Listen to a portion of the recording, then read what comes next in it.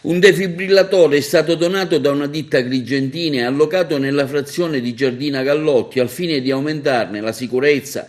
La cerimonia di consegna è avvenuta ieri pomeriggio e ha visto la presenza della donatrice, la signora Susinno Sabrina, del cardiologo dottor Giovanni Vaccaro, che prossimamente avvierà un corso per spiegare ai volontari del posto come funziona l'apparecchio salvavita. Presente anche il candidato a sindaco, dottor Francesco Miccichè.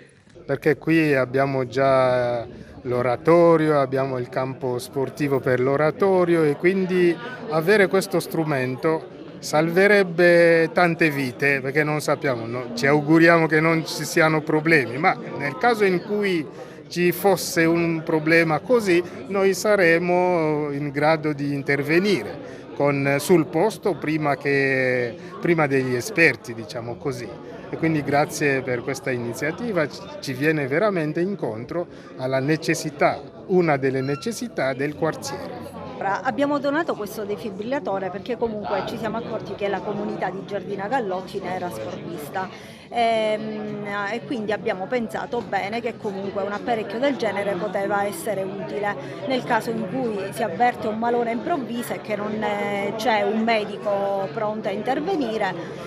Ovviamente deve essere usato questo apparecchio previa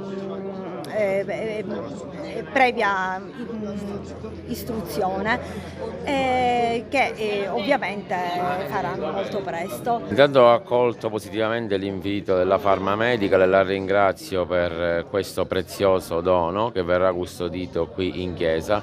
Speriamo di non utilizzarlo mai, ma qualora dovesse essere utilizzato sappiamo che può salvare una vita umana. Per questo i primi di settembre, insieme all'associazione GISE di cui faccio parte, un'associazione di volontari, verremo muniti di manichino e faremo un corso BLS. Il corso BLS è un corso di primo soccorso in cui istruiremo la popolazione laica nel compiere quelle che sono le prime manovre di rianimazione, cioè nel riconoscere un soggetto colto da malore e capire se è il caso o meno di utilizzare il defibrillatore. Qualora vi sia il caso di utilizzare il defibrillatore, questi nuovi dispositivi poi fanno tutto da sé perché riconoscono il ritmo, riconoscono l'eventuale fibrillazione ventricolare che poi è la causa dell'arresto cardiaco e ci indicano se è il caso o meno di scaricare. Per questo i primi di settembre tramite l'associazione GISE saremo qui nuovamente a istruire la popolazione di Giardina Gallotti.